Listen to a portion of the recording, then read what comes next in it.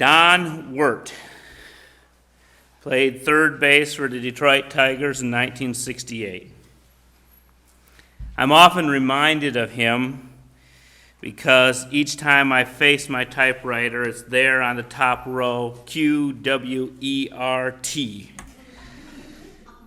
In 1968, I was entering the third grade. I don't think I had learned much about percentages or fractions, but I knew that Don Wirt's batting average was low. But he had a decent glove, and he started for the world champions. Books would be written about the slugger Willie Horton and the Hall of Famer Al Kaline. Books are written about the great, but never about the good enough. Don Wirt was not great, but he impressed me as a person who tried hard and did his part. He may have been the weak link in the chain, but he was strong enough to keep the chain from breaking. He was an accessible hero. He was small and skinny, and I, at the time, was also small and skinny. I learned that it is important to be in the game and do your best and contribute to the team. The gifts you bring are important. Don Wirt could not hit 7 Grand Slam home runs like Jim Northrup, but Jim was not the best fielder. Both were part of a team that won it all against all odds. The 1968 Tigers live forever in my heart as good and noble people, whether that's true or not. Each one left an impression on me for different reasons, and I'm not sure if the memory is completely accurate, but the lessons I learned from this cast of characters have stayed with me all these years. And so let me go around the field and introduce you to my childhood heroes. At catcher, Bill Freehan, perennial all-star, decent hitter, some power, great catcher, Gold Glove for 10 years in a row, stocky, bad knees, balding.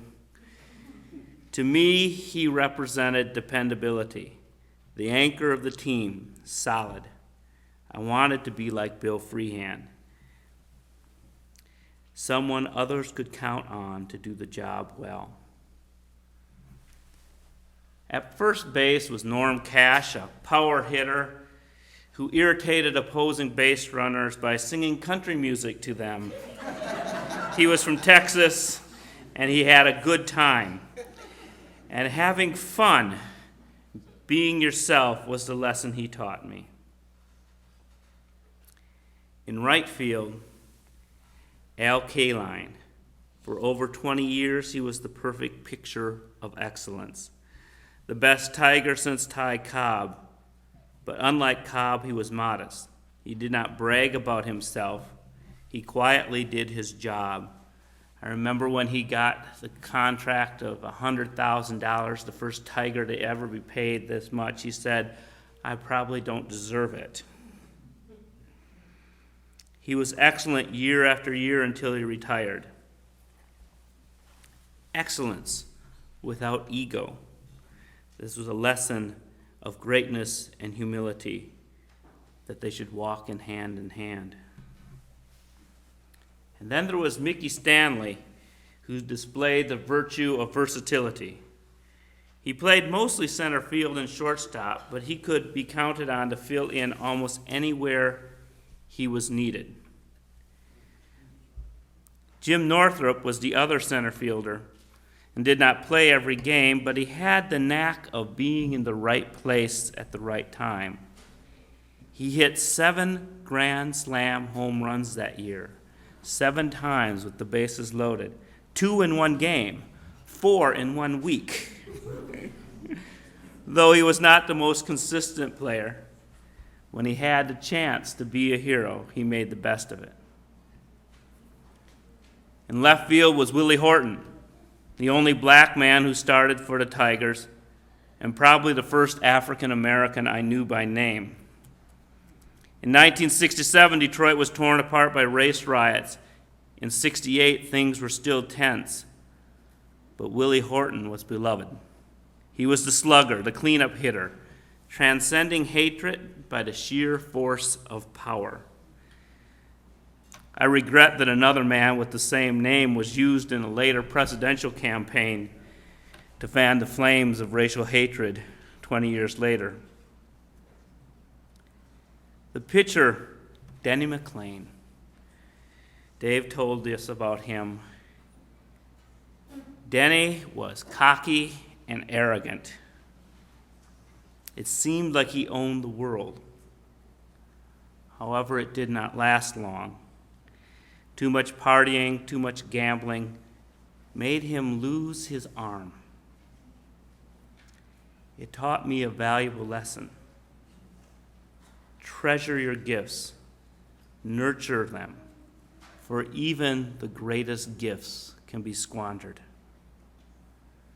Mickey Lolich went 17-9, pretty good year, but all season long he was overshadowed by Denny McLain. But the World Series was his time to shine. He pitched and won 3 games and even hit a home run. But when it came to home run hitting pitchers, none could compare to Earl Wilson, another African American. He was an average pitcher, but he helped himself by hitting 7 home runs in 1968, which is pretty good for playing every 4th game for anybody. The general expectation in baseball is that pitchers are unable to hit, but Earl Wilson showed me that there was an advantage to being unconventional. Earlier I mentioned Don Word as a player that I admired, but the player I became most identified with and grew into, unfortunately, is Gates Brown. He was 5'11", 230 pounds, built more like a football player than a baseball player. He could hit the ball hard, but was a clumsy outfielder. In '68, he hit .370, mostly as a pinch hitter. When the game was close and someone was needed to win, Gates Brown came through. He was a man ahead of his time. By the time American League established the designated hitter rule, he was at the end of his career. I became identified with Gates Brown in the following way. My father owned a grocery store. My father loved baseball. During my teen years, my work schedule was easy. Whenever the Detroit Tigers were playing on TV, I worked at the store. I was Gates Brown, my family's pinch hitter.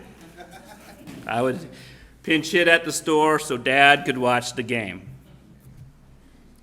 I learned many things from my baseball heroes. Unfortunately, I did not learn some of the basics like how to hit and how to throw. I hit like Don Wirt and fielded like Gates Brown.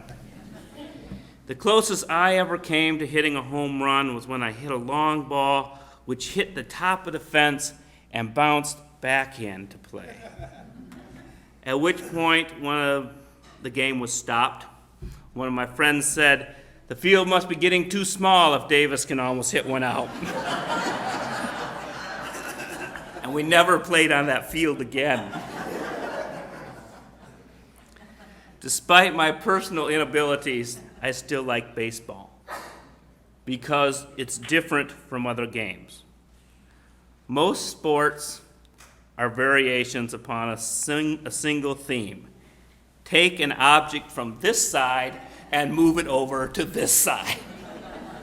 In football, you run, kick, and pass. In soccer, you kick the ball. In hockey, they make you get on ice skates and use sticks.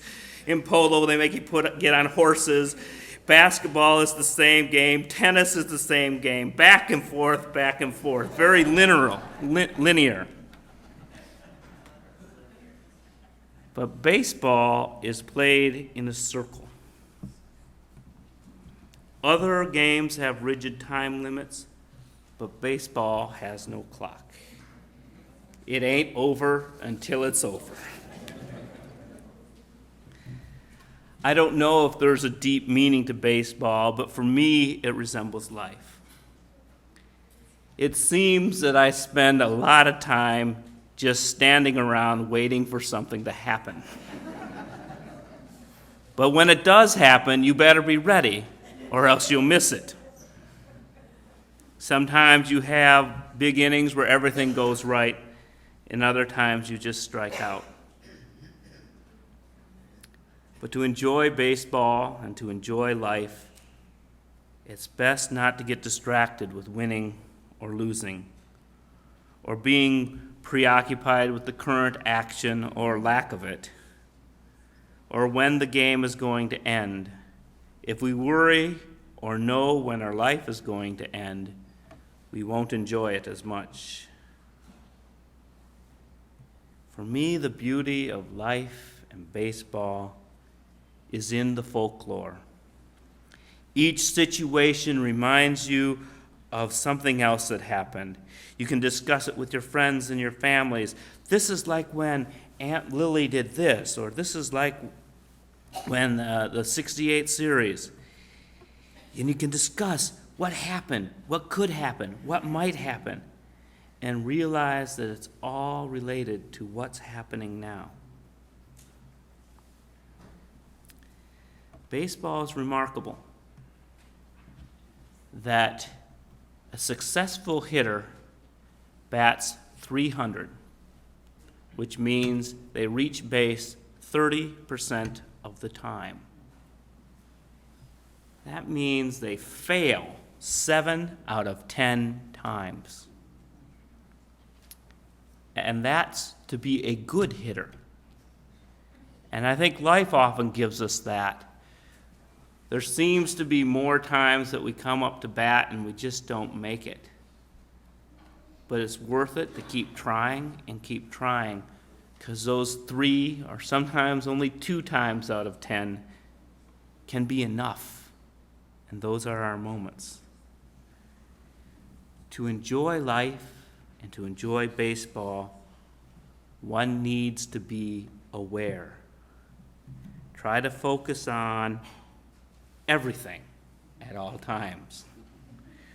Don't let the fact that this is impossible impede your efforts. Be aware of everything at all times. Know what pitch is being thrown at you. Know when to take a ball or swing away. Life presents many situations. Be aware of your options and know when to use them. Whether you are watching or playing, you can be in the game. At any one point in a baseball game, most of the players, the people on the field, are watching. And especially the team that's at bat is on the offense. Only one of them is playing at a time. And this watchfulness is shared by the fan. Baseball doesn't always grab your attention like other sports, but it requires you to pay attention even to the slightest detail. Likewise, in life, there are many long pauses, and the pauses can be as important as the event. In the pauses, remember the past, assess the current situation, and prepare for the future. George Will is a political columnist who I often disagree with. But when he talks baseball, we are a kindred spirit. He writes, "Winning is not everything. Baseball, its beauty, its craftsmanship, its exactingness, is an activity to be loved as much as a ballet, fishing, or politics, and loving it is a form of participation." I submit that loving life is the greatest form of participation. Whether you are on the sidelines or in the batter's box, you can enjoy the beauty of the game.